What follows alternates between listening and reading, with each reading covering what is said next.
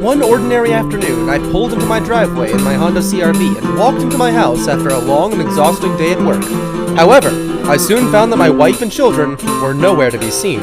Instead, I found that in my absence, a small green alien had infiltrated my home through the window of my living room and was making a real mess of the place.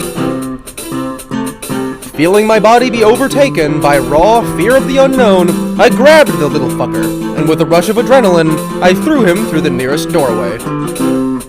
Then, hurriedly pushing my couch into position, I barricaded him in the adjacent room, which just so happened to be my kitchen. Suddenly, I heard the terrible racket emerge from behind the makeshift blockade.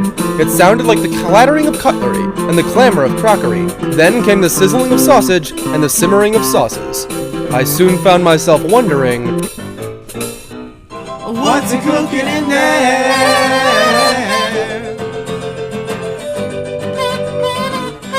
What's he cooking in the kitchen?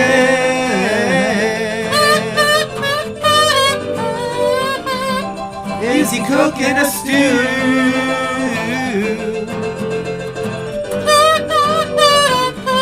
Is it super finger licking?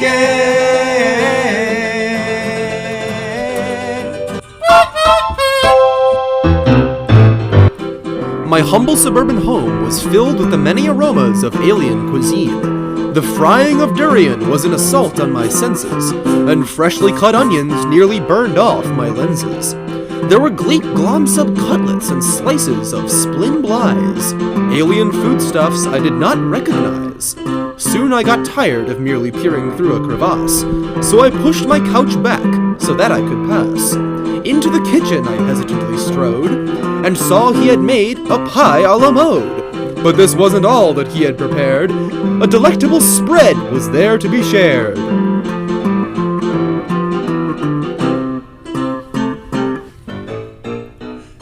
Is it full of his goo?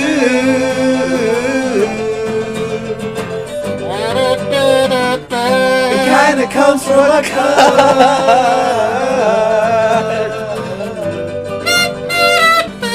Is it a tasty fondue?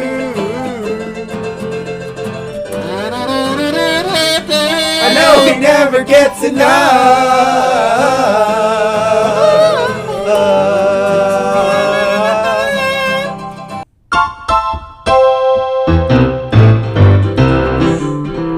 Then to my left I looked out my window, expecting to see my green grassy lawn and sprinklers a-sprinkling, but what I saw instead was the dark void of space and stars a-twinkling. To my abject horror and existential fright, I thought I must have been taken away in the night. For I was in space, not down on Earth, up in the heavens, not my world of birth. Once again I lashed out in fear, and firmly took hold of the little green alien's greasy neck. Prepared to choke the life out of him at a moment's notice, I vehemently interrogated the trickster as to where he had taken me. Fearing for his own life, the little green alien spoke at last, and this is what he said. Queasy and uneasy, I'm sure you might feel, having now learned that your house isn't real. Yes, this domicile is a clever simulation, designed to bring you to this elevation. I'm sorry to deceive you in such a way, but I had to lead you here on this day. For us aliens love cooking, as you now well know, and I needed a guest for my cooking show.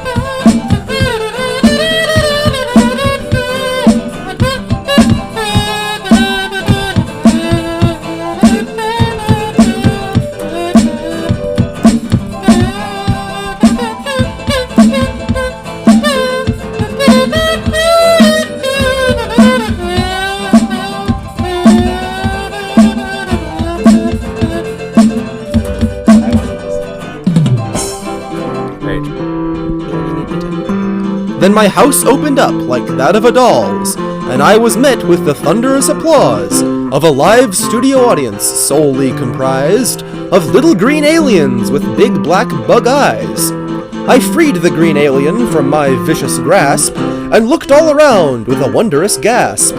I was in a spaceship way up above, and before me was a pair of cooking gloves. I put them both on, not sure what else to do, and was abruptly handed a bowl of green goo. I stirred with a spoon until it turned purple, and then got a break when we cut to commercial.